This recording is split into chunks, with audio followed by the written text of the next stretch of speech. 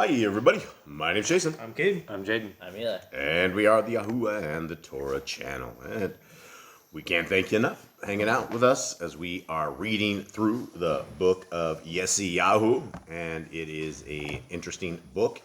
And Eli, are you getting us dialed in on this side? Gentlemen, how you guys doing? Good. Everyone alive? Mm-hmm. Yep. Survived Shabbat? Yeah. Everything good except for a headache? Hopefully Jubs will get rid of that. Maybe everyone lift Jubby up in prayer. He gets these headaches. It really destabilizes him. I know a lot of you guys out there get headaches. It's the strangest things. Don't know why, but man, they are no laughing matter. All right, is dog bass for us today down here in these big jungles, and we are we're just celebrating Yah in everything that we do. And what you're looking at in the meantime is you are looking at Yah Scriptures, the big blue book. It is still available. It is a limited edition, always, and it is one of these things. We hope we can get another print of this same kind, but we do have the paperback version. The paperback version is revision 2, which has a lot more corrected things. Some of the weird spellings that we didn't know why things were done the way they were. Since that time, we have figured this out, and so the paperback version is probably going to be even more accurate than this version. But at the end of the day, this version is the greatest English translation you will ever find. That is available, and it has 103 books. It's large print, 3,153 pages, and it is an amazing read. The prisoners that have gotten this, lives have been completely changed. People are just reading this left and right, and this book holds up. We've had people that live off grid that have 15, 20 bookmarks in this thing, like pencils. They put pencils in this for their bookmarks. And they're always reading stuff here and there and bookmarking this stuff, and it is held up. The binding is held up, and we were always wondering because it is a huge book, but it's all good. So with that, this is the back of the book right here. It has the name of our Messiah on there. And here we are. We are into the times of Isaiah. Let me see if I can find my little chart here. Someone give me a quick, Eli, give me a quick recap of this, where we're at. Saul to now. Alright, so we had Saul because the people of Israel, they wanted a king. Samuel doing that time, right? Yeah. Samuel warned the people that he wouldn't be good, that they didn't want a king, but they still insisted they wanted a king. So we got to Saul. Saul was a good-ish king at first, but then he started going on to the bad side. Then he went to start consulting mediums, got the reign taken away from him. It eventually went to David, who was his musician who calmed him down sometimes, but also angered him. And then he was a good king, but a terrible father. He was a man after Yah's own heart. He sinned a couple times, though. And then we had his son Solomon, who had amazing wisdom, and then he started controlling demons, and he went to the dark side. He started sacrificing to mighty ones, and then it went downhill from there, because after his generation, it split from his son. His son only got 2 tribes, and then the other 10 tribes, they went to another set of kings, and both the lineages just been terrible. We've had a few kings good here and there, but it's just been bad, and they just kept getting worse. And this is now in the time of Isaiah, who's during the time of those kings who are evil. Okay. All right. So this is Isaiah chapter 34. And this is what we're reading out of, guys. We're reading out of the Yah Scriptures Google app. This has become very, very popular. We're going to be putting this on the Play Store in the next couple of weeks. So this will go from just kind of the rogue area that we have to the Play Store. And so it'll be available really worldwide at that point. And it's good stuff coming along. Good stuff coming here. Okay, here we are, Isaiah 34. Come near, you Gentiles, to hear and listen, you people. Let the earth hear, and all that is in it, the world and all its offspring. For the displeasure of Yahuwah is against all the Gentiles, and his wrath against all their divisions. He shall put them under the ban. He shall give them over to slaughter, and their slain be thrown out, and their stench rise from the corpses, and mountains shall be melted with their blood. Now, this is very strange because you have the Christians, and they are proud Gentiles, right? Yeah. And so, I don't know if they've ever read Scriptures. They probably haven't. There's no place in Scriptures that the Gentiles are saved. There's always a house of Yisrael, a house of Yehuda. You pick one of the 2 houses that you are going to be into, and you pick those houses by your obedience to the laws, statutes, and commandments of our Creator. So, yeah, the happy-go-lucky Gentiles are going to have their mountains melted with their blood.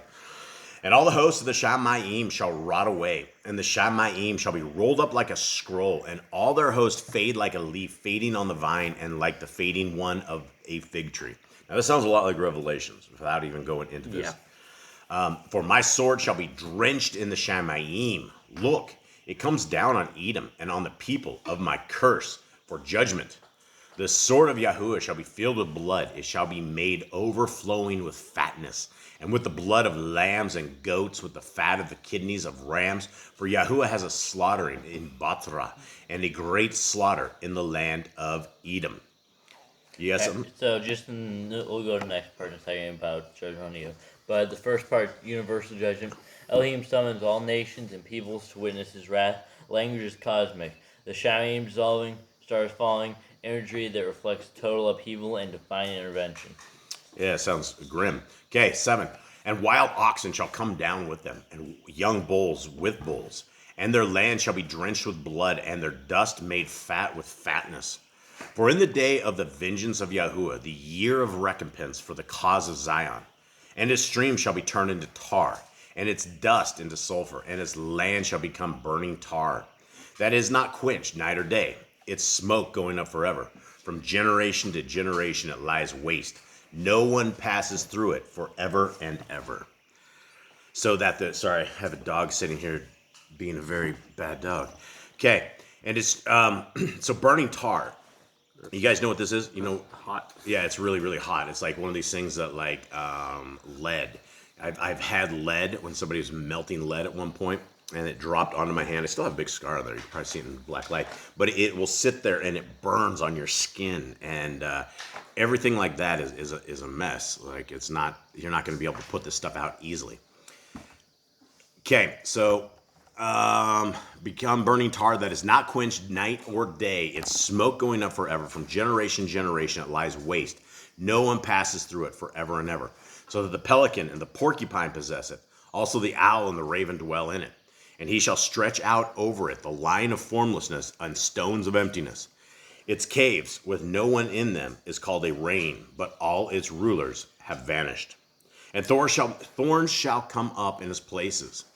Palaces. Nettles and brambles in its strongholds, and it shall be a home for jackals, a courtyard for ostriches. All right, now we got porcupines and ostriches and jackals. I got all sorts of stuff. You got something on this, Eli? What verse do you on? 14. One more. Okay. The arrow snake shall nest there and lay eggs and hatch and gather them under her shadow. There, too, the vulture shall gather, each with its mate. Okay, the vultures are going to be there because of death, for sure. Yeah. What do you got on this, Eli? Okay, so Edom is singled out as a symbol of wickedness and opposition to Elohim. The description of bloody slaughter, land turning to burning pitch, and desolation emphasize how complete and irreversible the judgment is. Wild animals inhabit the ruin, symbolizing abandonment and chaos.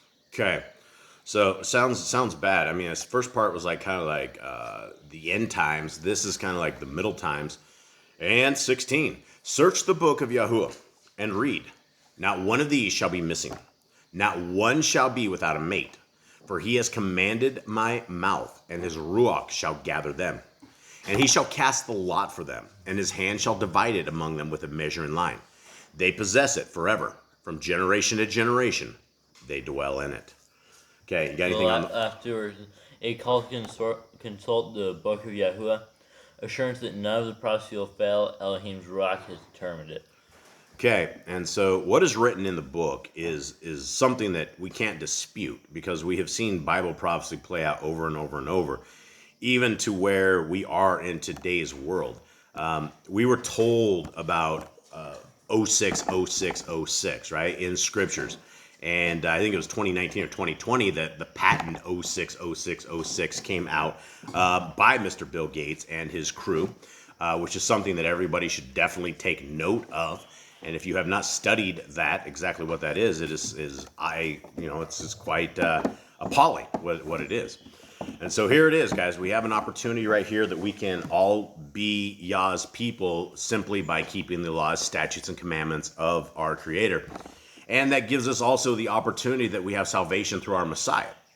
And people are kind of shocked when I tell people that Messiah did not come for the Torah less. And I'm not saying that just as my own thing. I'm saying that based upon Matthew 7, because Matthew 7, Messiah says, "Depart from me, you who work lawlessness." So if Messiah came for absolutely everybody, then right there, that verse wouldn't make any sense. But we're also told a little bit further up in that there's a small gate, and most people fall to the way of destruction. So with that, guys, thank you guys very, very much. I appreciate you guys. Much love. We hope you guys have a wonderful week, and until we meet again. All right. Shalom. Shalom.